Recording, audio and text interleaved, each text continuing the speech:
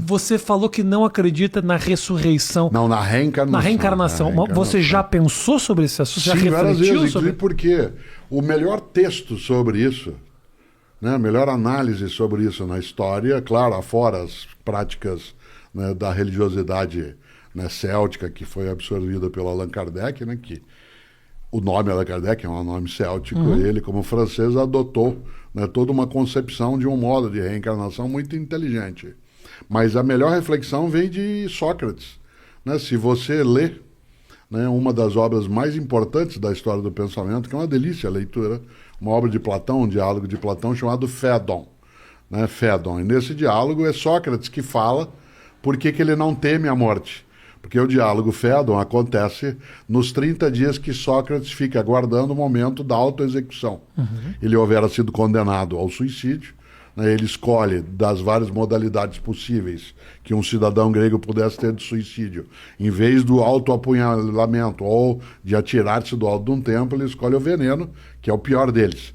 Né, porque é a morte mais horrorosa das 3 dentro do cardápio, né, de ofertas. De opções. E como houve uma coincidência entre a condenação de Sócrates à morte e o momento das festividades de Apolo, não podia haver nenhuma execução naquele período. E por 30 dias ele ficou aguardando a hora da autoexecução. Nesse tempo, nesses 30 dias, ele era visitado pelos amigos, era visitado por pessoas que por ele tinham afeto. E nesse tempo ele fala sobre por que ele não temia morrer. E ao falar isso, ele retoma toda uma reflexão sobre a imortalidade da alma e a possibilidade dela retornar.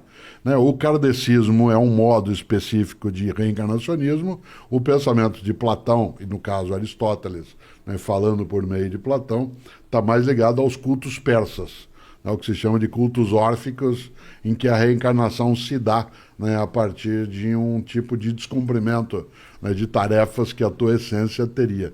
Toda essa volta é para lembrar que na filosofia o tema foi tratado já há 2.500 anos. Depois, claro, a percepção da reencarnação, ela vem de outros modos. Né? Eu não tenho essa crença reencarnacionista. Você tem medo da morte, Cortã? Eu tenho medo, mas não tenho pânico. Né? Há uma diferença entre medo e pânico. Né? O medo é quando você fica em estado de atenção. Né? Eu sempre digo, eu tenho repetido isso com frequência, a morte não é uma ameaça, ela é uma advertência.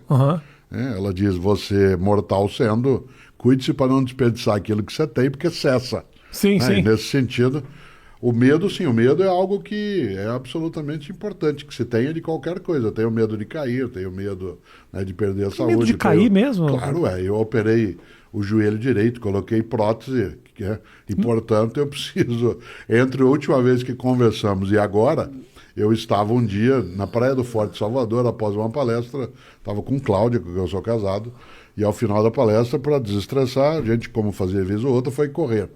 E eu fui correr na areia e não notei que tinha um banco de areia. Caí e bati o joelho direito. Não há fratura na região, ela é quase isso, é no subcondral. Fiquei quase um ano de cadeira de rodas, trabalhando, viajando, fazendo o que tem que fazer.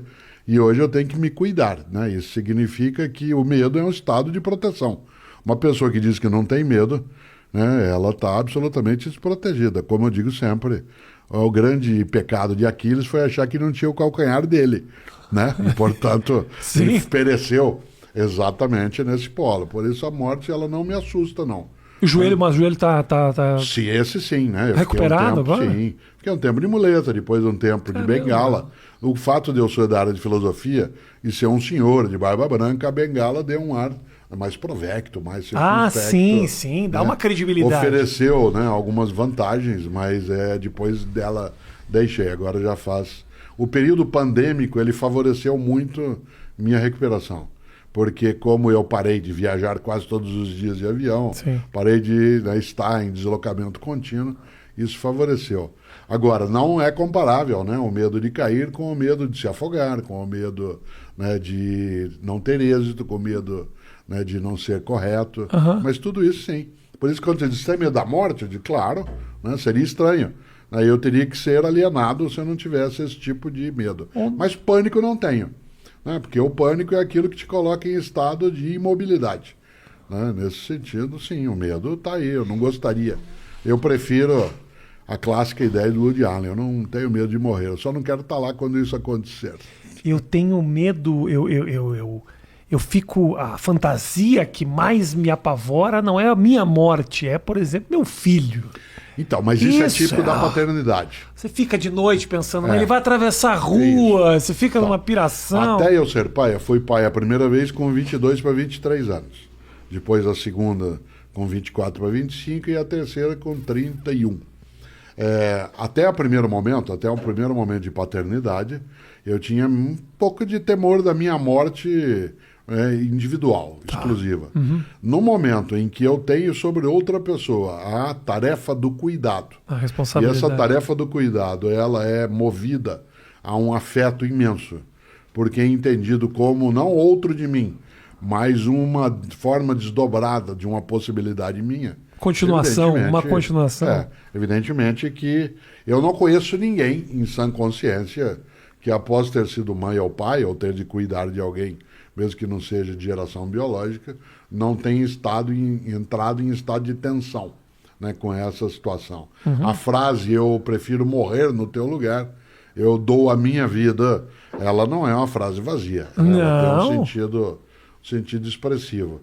Agora, uma das coisas que nós temos de fazer é, Rafinha, formar as crianças para que elas lidem com a perda.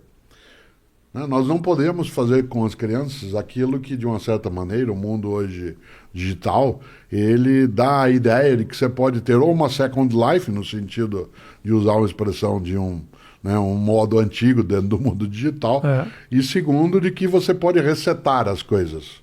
Não. A mortalidade, ela é um fato, como diz a antiga frase, não é que a gente tem a vida curta, a morte é que é muito longa, a gente fica morto muito tempo. Né? Nesse sentido, uma criança ou um jovem, ele tem que ser preparado também para a perda. Um dos equívocos dos tempos mais recentes é que, em nome de poupar uma criança dela passar por algum tipo de desconforto psicológico, ela acaba sendo iludida em relação à vida. Então, de repente, autoestima é diferente de auto-engano. Induzir alguém a auto-engano é algo muito perigoso. Se eu quero que minha filha ou filho, como é o meu caso, ou filhos e filha, ou meus netos e netas, que eles sejam capazes de ter com a vida uma relação, né, muito mais persistente, eles têm sim de ser preparados para aquilo que é a perda da prova, a perda do afeto, a perda do amor, a perda de uma pessoa.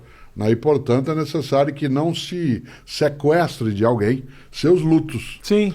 Porque se sequestrar as possibilidades de luto da pessoa, ela não consegue lidar, né, com essa condição. Então, é preciso cautela. Mas é um equilíbrio difícil, né, Cortella, de você...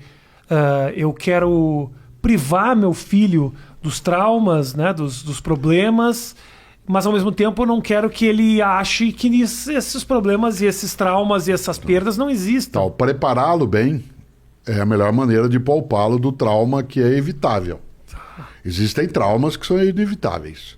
No meu escritório, na cidade de São Paulo, sempre teve uma frase, e agora numa biblioteca, porque agora eu não estou mais no escritório que você já esteve. Agora na minha biblioteca, onde eu fico, faço as coisas. Abandonou o escritório? Não, ao contrário, continuo escrevendo, fazendo, mas num local que é o meu local de livros.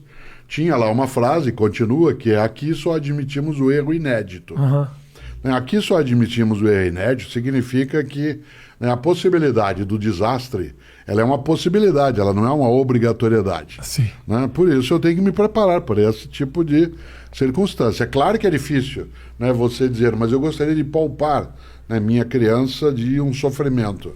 Mas existe um modo, não que você o induza ou a induza a sofrer, para que ela aprenda. Não é o aprendizado pela dor. Sim. É que ela precisa estar preparada e estar em estado de atenção para aquilo que pode ser prejudicial.